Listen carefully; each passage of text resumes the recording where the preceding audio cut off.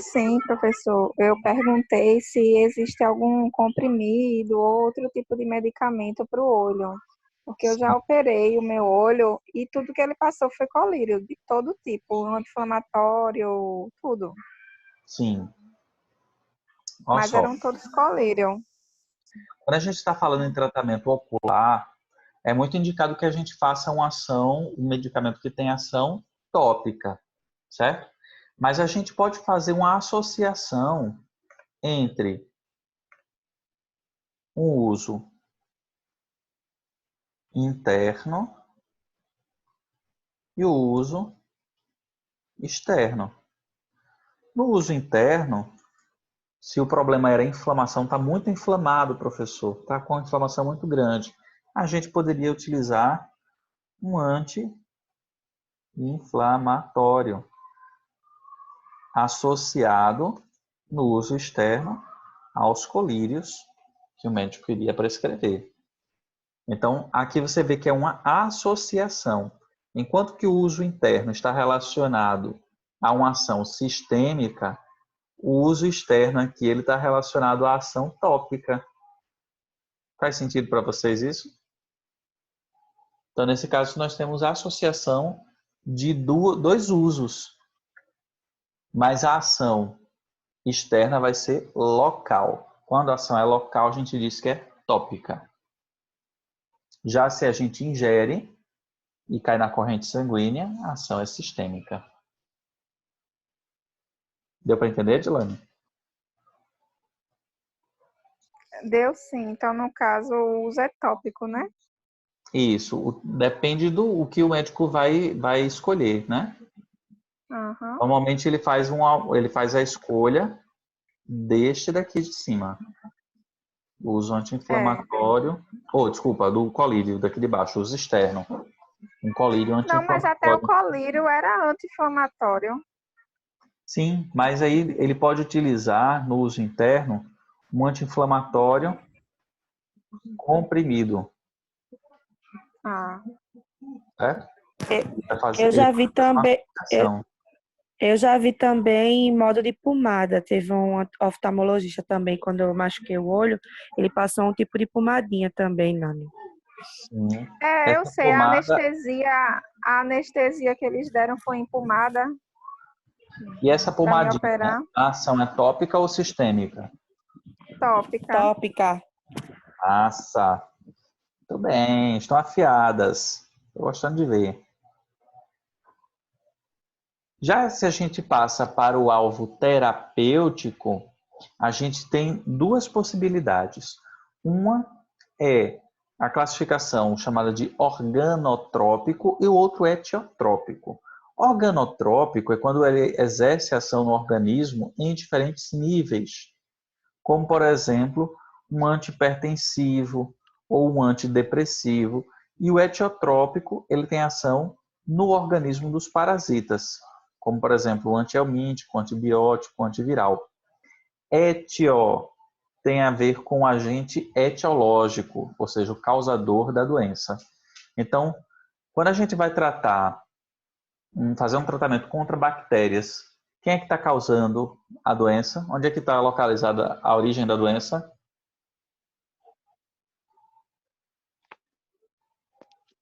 Organismo. Quem é que está originando a infecção? É a própria bactéria, Bactéria. certo? Então, quem é o agente etiológico, ou seja, quem é o causador? Seria a bactéria. Então, a gente tem aí a ação etiotrópica, ou seja, o medicamento vai destruir esse agente que está causando mal. Quem tá internado pelo coronavírus? Quem é o agente etiológico? O vírus. O vírus. Então, o tratamento seria organotrópico ou etiotrópico? Étio. Eutrópico. Exatamente. Porque a gente quer destruir o agente causador da doença. Mas se a doença do paciente é alguma coisa relacionada só ao seu organismo, como por exemplo, problema cardíaco. O paciente tem angina. E aí o tratamento vai ser organotrópico, porque ele está agindo no próprio nível do organismo do ser humano. Não é um agente externo. Deu para entender? Sim. Professor, Sim. explica aí de novo aí, professor, por favor. Oi, Emerson. Essa parte aí, Ah. desse tópico aí, quando o alvo é terapêutico, volte aí, por favor, do começo, por favor, para eu pegar mesmo. Vamos voltar. Quando a gente está classificando esses medicamentos de acordo com o alvo de ação, o alvo terapêutico, a gente tem que entender que o medicamento ele pode agir de duas formas. Ou ele vai agir no agente que está causando a doença, e aí eu dei o exemplo para vocês do Covid-19, né? Para o pessoal que está internado aí com coronavírus, o agente causador da doença é o vírus. E os medicamentos que serão utilizados são medicamentos antivirais, certo? Isso, é. Então a gente tem aí medicamentos do tipo etiotrópicos, ou seja, eles vão ser eficientes contra o agente causador da doença. No caso, Já, o vírus. no caso, o vírus. Já se eu tiver algum tratamento que é para regularizar o próprio organismo, a gente chama esse alvo de organotrópico. Exemplo, o paciente é hipertenso. Então, ele vai fazer medicamentos antihipertensivos. Esses medicamentos vão agir onde? Não é no próprio organismo? Não é para corrigir o próprio organismo?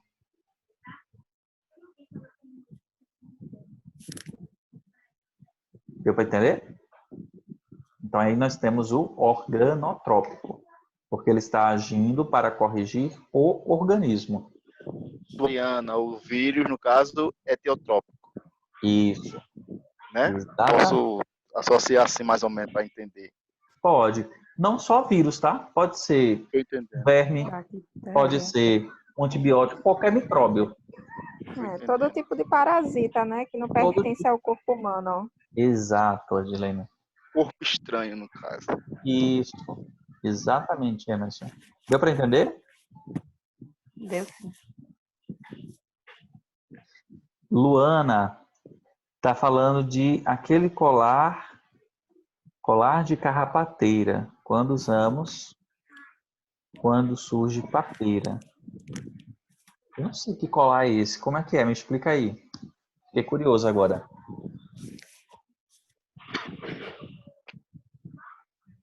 Carrapateira é a planta, não é isso? Faz um colar com ela, é isso? Parece um bambuzinho. Bota numa linha e depois amarra no pescoço. Eu não conhecia, não. Eu não conhecia esse, não. Mas eu não tenho informação para te dizer que seja científico. Nunca li nada a respeito, não. Para mim, hoje, a resposta seria mito. Tá bom? Mas se tem alguma Mas eu já propriedade vi, por vice trás, Luana, eu já vi em algum lugar que era mito.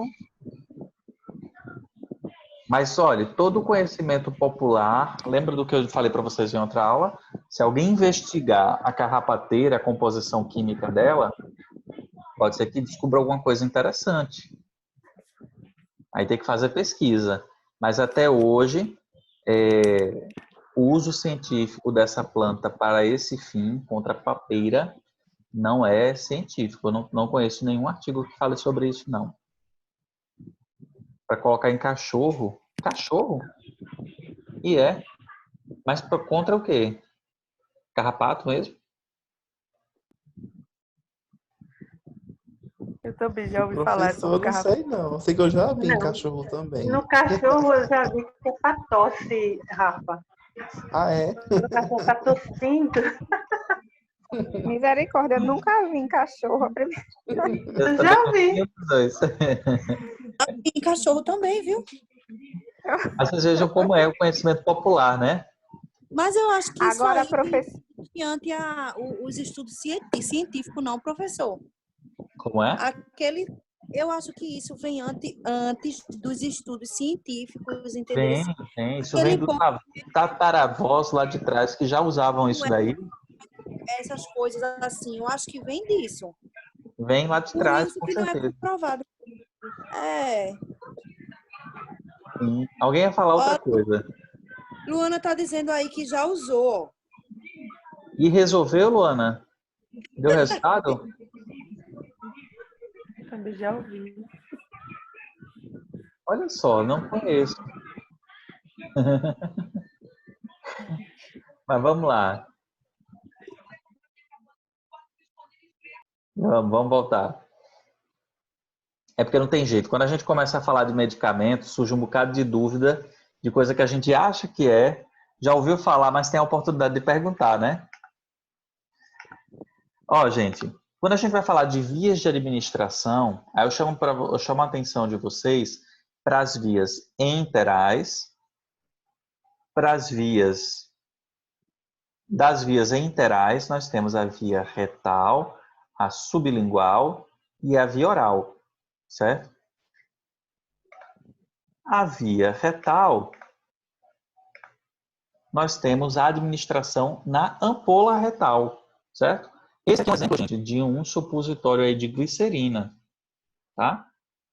Que é todo o mecanismo de ação que a gente falou ontem. Lembra dos laxativos? Olha ele aí. O sublingual, olha como ele é vascularizado, gente. Embaixo da língua, a substância ela já cai nesses pequenos vasos, leva um tempo mais curto e chega na circulação, certo? E aí a gente tem a sua ação via sublingual. E a via oral, lembrem-se que quando nós falamos de via oral, exclusivamente nós temos que lembrar dos comprimidos, os tabletes, né? As cápsulas. E a melhor forma de fazer a ingestão desses medicamentos é com água. Não é com suco, não é com Coca-Cola, não é com nenhum outro tipo de líquido, mas água. Oi, Rafael. Professor, drágeas e comprimido é a mesma coisa? Não. E eu vou falar sobre eles. Vou exemplificar o que é uma drágia, o que é um comprimido, o que é um tablete, o que é uma cápsula, o que é um comprimido revestido, de liberação controlada. Tudo isso é diferente. Cada um é para uma coisa. Professor, Oi. sim, eu já tomei, tipo, comprimido tomando suco. Quer dizer que há influência, há diferença, é? Tem, viu, Rafael? Viu, Emerson? Emerson, A orientação é que a gente sempre faça a ingestão dos medicamentos com água, porque a gente tem certeza que com água a gente não tem nenhum tipo de interação. Se você for pensar que o suco ele é um derivado vegetal, por quê? Você está tirando todo o conteúdo que tinha dentro da fruta, que é um conteúdo químico, e pode ter interação, pode ter, não significa sempre. Mas deixa eu citar alguns exemplos para vocês. Pacientes têm estudos já comprovados que mostram que o suquinho de maçã, que criança adora, né? Quando ele é administrado junto com Alegra, conhece aquele medicamento chamado Alegra D? É muito utilizado para criança, para alergias.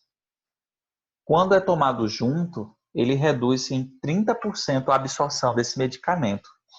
30% é muita coisa, tá? Principalmente quando a gente fala em alergia. Laranja, suquinho inofensivo de laranja. Pacientes que tomam suco de laranja e estão em uso de algum medicamento quimioterápico, ele pode ter uma interação e reduzir a absorção desse medicamento.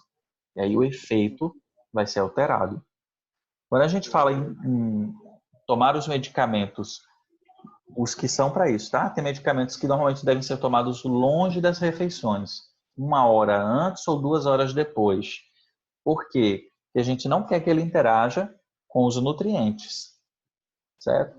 Então, vamos supor que você esteja tomando vitamina K, que é uma substância, ou melhor, se você está usando um anticoagulante e você se alimenta com alimentos ricos em vitamina K, você pode ter uma interação medicamentosa, medicamento e nutriente, né? Os vegetais folhosos, como couve, espinafre, brócolis, eles são ricos em vitamina K. E aí eles podem diminuir o efeito dos anticoagulantes, como a S, xarelto, clexane, certo? Então tem que ter um cuidado com relação... Lembra que a diferença do medicamento para o veneno é a dose, tá? Tudo vai depender da dose. Mas se a gente pode evitar, a gente não mistura. E eu também tenho um costume, por exemplo, eu tô com dor de cabeça, mas eu sei que eu não comi. Eu não comi. Aí eu costumo comer e em seguida tomar um remédio para dor de cabeça. Qual o remédio? É dipirona, Dorflex, é isso que eu tomo para mim, é na Neusadina. Pronto. Esses medicamentos, eles não têm tanta interação assim com o alimento, Uhum. certo? Então, como eles vão ter um efeito colateral, principalmente no estômago, é interessante que o teu estômago realmente esteja forrado, popularmente falando, certo? Ou seja, após uma Entendi. refeição, para que você evite o excesso de ácido clorídrico. Lembra que esses medicamentos que você está falando são AINES, né? Ai, é, Anti-inflamatórios não esteroidais. Lembra que o efeito do AINE é aumentar a secreção de ácido no não, estômago? sei, eu lembro Se o sim. teu estômago está vazio e tem mais ácido, pode ser que você tenha azia ou dor de estômago. Mas se ele está Uhum. mais forradinho, depois de um almoço, por exemplo, ele dá uma aliviada na acidez. Aliviado, né? Tá ok. Pronto. Mas é uma boa pergunta. Ó, quando a gente está falando da dispersão dos comprimidos, da via oral, lembra-se que o comprimido ele vai ter que primeiro ter a dispersão. Lembra que eu falei que cada comprimido ele tem uma dureza diferente, por isso que eles É, vão ele se faz isso mesmo, quebrar. professor. Oi? Como é, Nath?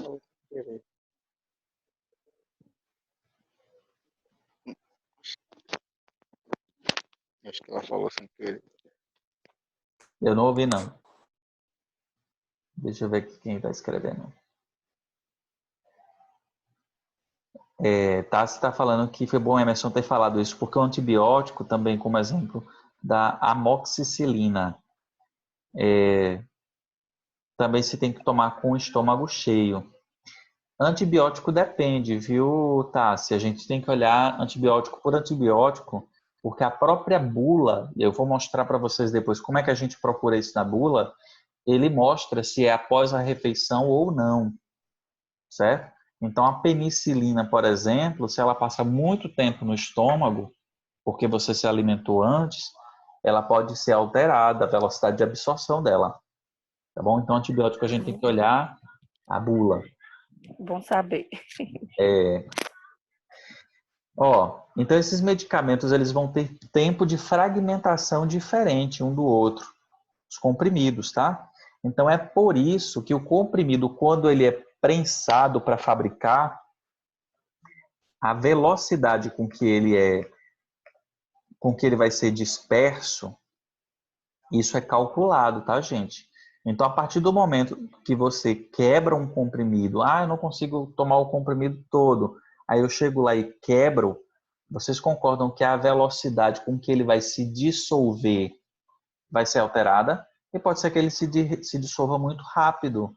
E aí, um medicamento que eu deveria ter 6 horas de ação, pode ser que eu tenha menos horas, simplesmente porque eu quebrei o comprimido. Então, o que a gente vai levar em consideração são os comprimidos que têm esse risquinho aqui no meio, que é chamado de sulco. Não é suco de fruta, não. Se escreve assim, ó. Sulco, que são os comprimidos sulcados. Eles, de uma forma geral, eles podem ser partidos ao meio. Só que você me pergunta, professor, todo ele pode? Olha, na dúvida, não parte o comprimido, certo? Troca a forma farmacêutica. Se o paciente não consegue engolir comprimido, pergunta: tem solução? Solução oral, aquele que você toma da forma líquida, é melhor do que você estar quebrando o comprimido para a pessoa mastigar ou engolir de outra forma.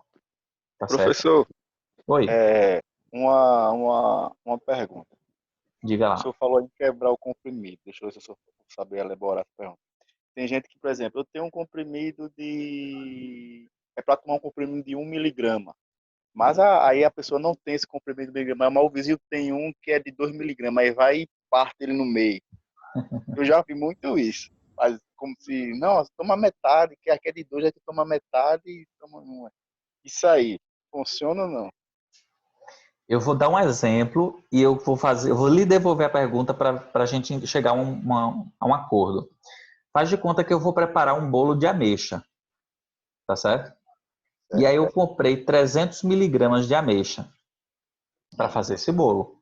Aí eu vou dizer, Emerson, eu faço o seguinte, eu vou comprar 300 gramas de ameixa, mas quando o bolo estiver assado, eu vou pegar o bolo, olhar assim para ele e vou dividir ele ao meio. Aí tu fica com 150 gramas da ameixa e eu fico com 150 gramas da ameixa. Aí eu te pergunto, quando tu for contar as ameixas que ficou na tua metade do bolo, tu garante que tem 150? Não, não, garanto não. O É comprimido é a verdade. mesma lógica. Mas é porque a pergunta foi porque eu vejo muito, já vi, né? Mas é muito Isso comum, algumas vezes. Emerson. É muito comum. Aí já sei agora que não funciona essa. Isso. Eu costumo dar esse exemplo porque às vezes até o próprio médico ele já orienta em alguns casos. Só que, na dúvida, liga para a farmácia e pergunta: olha, eu quero falar com um farmacêutico. Esse comprimido, existe a apresentação em solução oral? Por quê? É muito mais fácil você dosear volume do que você partir o comprimido e garantir que tem metade da dose ali. A gente não tem como garantir isso. É igual um bolo. Uhum. É Faz bobo. sentido? Esse exemplo que o senhor deu foi bem, É bem didático, né? explicado mesmo. Não deu para entender? Professor, Deu Oi. sim. tem ainda uma situação pior a respeito disso aí, que eu acho. Veja. Ah, Por exemplo, você tem uma criança em casa e você tem um medicamento que é para adulto e você não tem esse medicamento infantil, né? Aí você é. pega parte no meio e dá só a metade para a criança, porque achando que Misericórdia. não. Ou seja, eu acho que eu já fiz isso. Tô passada. Ó, deixa eu dizer uma coisa. Já que você falou sobre, Arrase menos, Natália. já que você está falando, Nath, de dose para pediatria, boa parte dos medicamentos que são produzidos no Brasil, eles são produzidos para adultos. Boa parte. Por quê? Uhum. Porque as pesquisas da produção do medicamento, às vezes não permite fazer testes em criança, certo? Então, É. a dose que vai ser prescrita para a criança é você pegar o medicamento do adulto e você ir diluindo, diluindo, diluindo até atingir a dose. Como é que acontece dentro do hospital? O médico vai pedir para você aspirar com a seringa pouquíssimos ml de uma ampola de adulto, você quebra a ampola, você vai aspirar pouquíssimos ml e vai diluir no volume que ele vai estar lá dizendo para você. Isso significa que você vai ter que diluir esse medicamento até chegar na dose da criança. Então, assim, nós temos, isso é legislação, tá, Nath? Nós temos Tá. uma fragilidade de legislação para produzir medicamentos para criança. Significa que nós não temos? Não, a gente tem alguns. E aí você vai ver lá o Tilenol Neném, alguns medicamentos que eles têm uma concentração mais voltada para já corrigida. Mas boa parte dos medicamentos, eles são realmente produzidos para adultos e a gente vai ter que fazer as diluições. Principalmente quando é injetável. Aí complica bastante. Mas também já tem uns medicamentos que já vêm até na caixa, os adultos e pediátricos. E Aí pediatra. varia da dose, né? Isso. A dose. Essa é a diferença, viu, Emerson, dos medicamentos que são manipulados para os medicamentos industrializados. O medicamento manipulado, ele já vai vir. Deixa eu pegar aqui um para mostrar a vocês.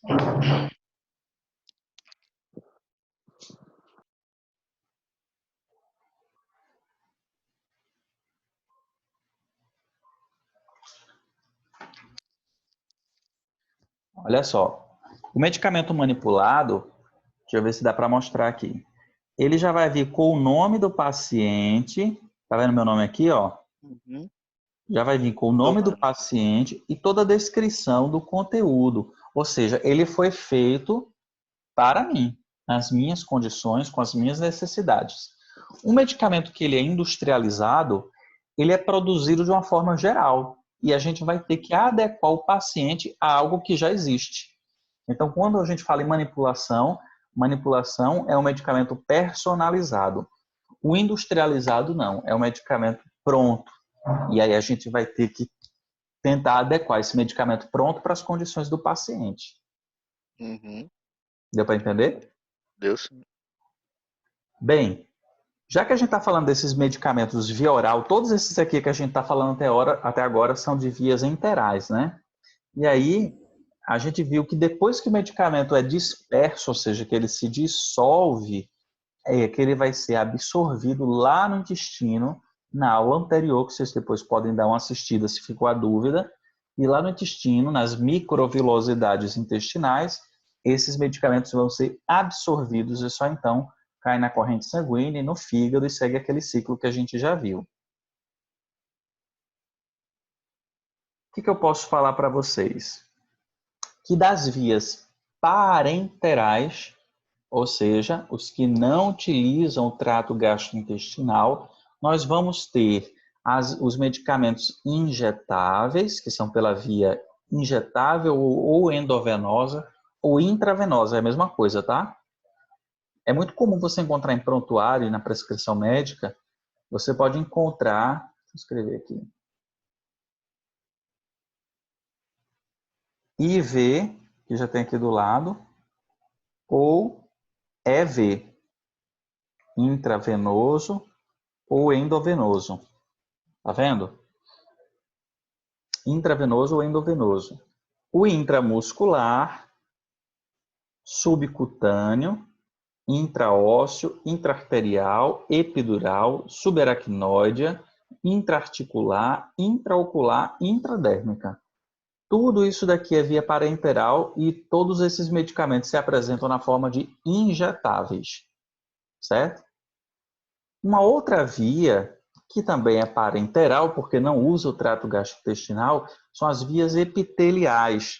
E aqui a gente tem a pele, né, a via tópica, onde nós temos apresentações cutâneas e transdérmicas, medicamentos que são administrados na mucosa nasal, que eu acho que teve alguém que fez essa perguntinha, medicamentos que são administrados na córnea, que foi a pergunta de Edilane, se eu não me engano, acho que foi Edilane, né? E medicamentos que são administrados na vagina, como, por exemplo, óvulos vaginais ou cremes vaginais. Todos esses aqui são vias epiteliais, tá? Por fim, ainda nas vias parenterais, a gente tem a via inalatória. E aí, lembrem-se da via inalatória, aqueles que a gente vai utilizar na forma de puff, certo? Ou pó ou puff. A gente vai ter uma aula só sobre esses dispositivos de administração inalatória, certo? Mas toda essa galerinha aqui, eu acho que esse slide fica bem fácil da gente tirar dúvida.